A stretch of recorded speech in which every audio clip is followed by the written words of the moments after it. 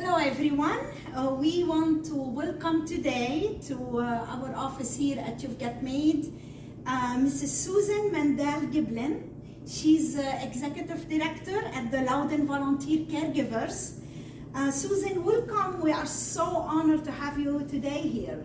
And thank you for your time. Thank you for having me. Yeah, thank really you. Appreciate it. So tell us a little bit about you a little bit and how, what made you get to, to LVC?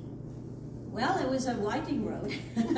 I've worked in nonprofits most of my life, different ones, and I worked for a nonprofit out in Alexandria before we moved to Loudoun County.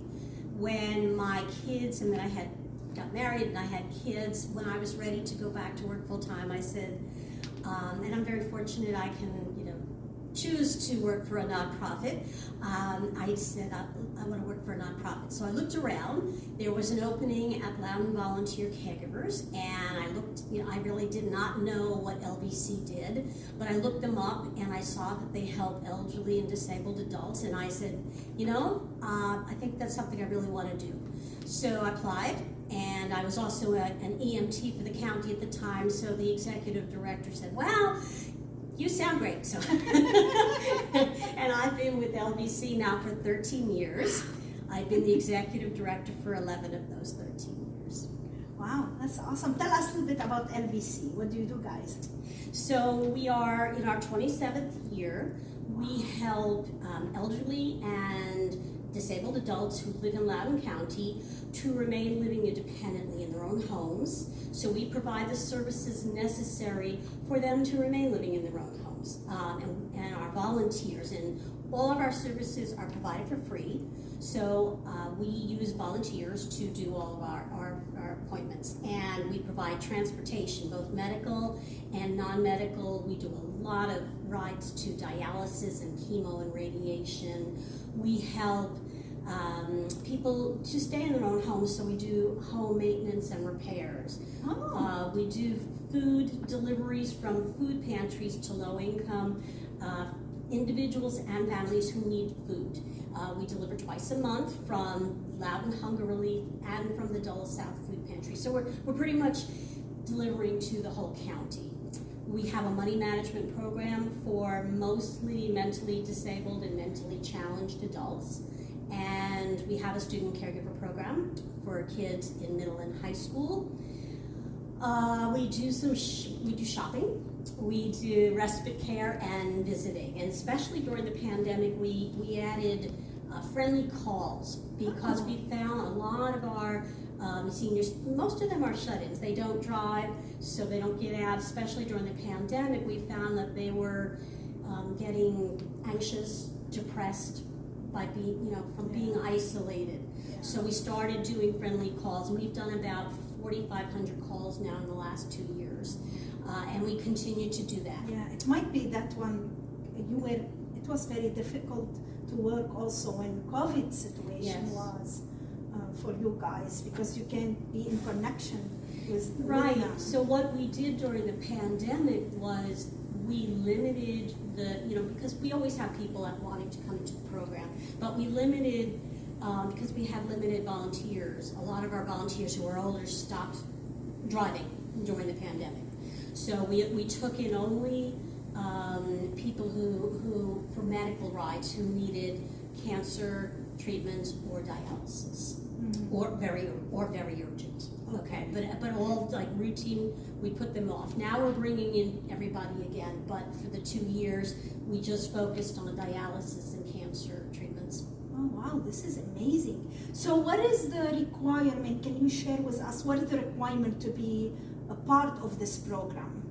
Well, to be a care receiver, you have to live in Loudoun County, and you have to be 18 or over. So in our money management program, the average age is about 54, and those people stay in the program for a long time. We manage their finances. We become their representative payees.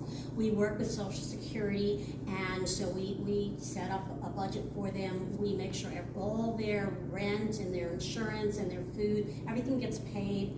And then we also try to set up a savings account. So that's awesome. Yeah, a lot of these people have never had a savings account in their lives. So, and then we try to keep them from becoming homeless, or if they are homeless, we get them into a safe housing situation. So if they are a worker but they are in low income, they can get approved to the program, or they is mostly for the people who basically homeless or they don't have any job? Right. So the requirements are they have to be elderly, okay, and we consider, I mean, we're a little bit flexible, but generally 60 and over is a senior. Okay. However, if they're disabled, okay, and that can be mentally or physically disabled, then we will help them. And we do, bring people in after we've evaluated whether we can help them, and should we help them? Because sometimes people really don't need us, or sometimes they need us for backup. They say, my daughter takes me to doctor's appointments, but she's not always available. So that's great. We'll bring someone in and we'll be their backup. Oh, this is awesome. So, can you tell us a little bit, do you do kind of like events or, or stuff during the year? I know you have a board and, it's very active. So we usually do a couple of fundraisers, one in the spring, one in the fall. Last year we did one at Willowcroft in Leesburg, and in the spring we did a Top Golf event right down the road from here. We also, try to be at a lot of fairs. So we'll be at Sterling Fest this year. Usually we're at the Leesburg Flower and Garden Show. When our student caregiver program is functioning, we do one time a month. We go into Madison House in Leesburg and we hold clubs, student clubs, where the kids ages 12 to 18 get together with the seniors who live there and do jigsaw puzzles. Oh my God, this is awesome. We throw parties. That's what goes under our quality of life program. And we taught knitting and crocheting. It's been on hold, unfortunately, since the pandemic, but we're crossing our fingers. We're hoping by next year. We're hoping. I just don't know at this point. It's hard to tell. We don't know next month or in 2 months what it can be. Any key or anything can you share with us, like kind of you accomplished guys this year and you were excited about, or something like a project or something you're working on? Well, we're very excited that we're starting to bring more people in. We're getting more volunteers in, so we're getting back to pre-pandemic activities. We're holding so since 2010 we've been holding annual care receiver picnics at Algonquian Park.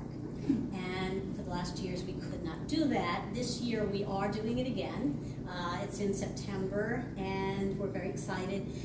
For a lot of our care receivers, this is the only time they get out. This is their yearly outing. So they're already calling us. September is the best month for them. It's not hot, it's not cold. And it's usually beautiful and it's right next to the river, and the care receivers, they just love it, and we get all kinds of fun food, and we have games, we play bingo, and we have groups that come in and help us run it, do the setup and clean up and things like that.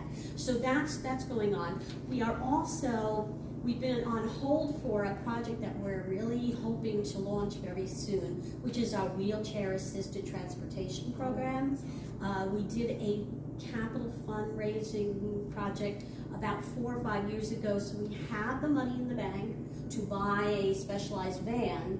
We're just waiting for it to be safe enough to do it. So it was originally for summer of 2020. We're now at summer of 2022. That's not going to happen. We're looking at summer of 2023. We're crossing our fingers. In the meantime, what we're doing is we're paying for wheelchair-assisted transportation for people who are wheelchair dependent. Oh, wow. Right. And with the help of one of our fabulous supporting organizations called 100 Women Strong, and they've been just so supportive of us. That's awesome. So as far as volunteer, so do you need usually like specific on the home care side, the volunteer, what you look for? as far as volunteer? Yeah, so we don't really do home care, like personal care per se, so we don't do bathing, we don't do taking people, to the restroom, we don't really feed people, that's beyond us, okay? We don't handle medication, but we do just about everything else. So yes, we always need volunteers, and So anyone can volunteer? It anyone doesn't can have to volunteer, be- right? So really from the age of 12 up, and right now the kids are doing mowing, helping with gardening.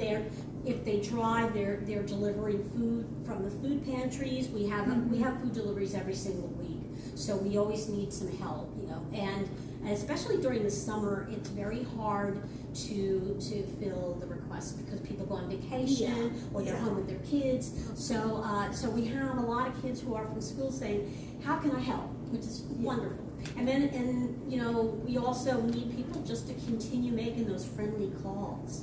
So from the age of 12 up, some of our oldest volunteers are in their 80s, and they still are.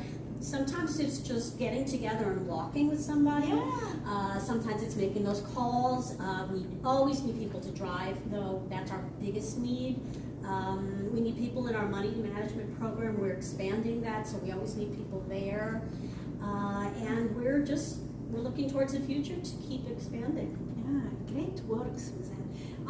Can you share with us how, if someone wants more information, how did they get to you guys? This is a little handwritten, but but if you can see, you can go to our website page. It's www.lv, as in volunteer, caregivers, caregivers.org.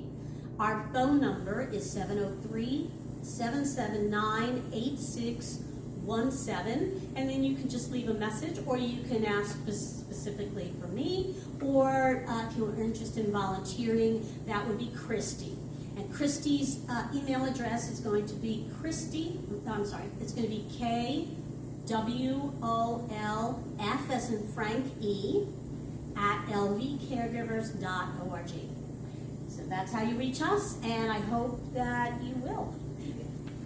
Thank you, Susan, for everything you do at our community at Loudoun, and for all your work and everything you have done so far. And good luck with your, other event, what you're planning on, and hopefully 2023 we will be 100%. We hope so. Absolutely. We hope so. No pandemic, nothing. We don't want fear anymore. We are really. Absolutely. We don't want to live in fear, but we want to be safe too at the same Absolutely. time. So thank you so much for supporting LP Safe, for supporting all the nonprofits. You're wonderful. Thank you, Susan. Thank you.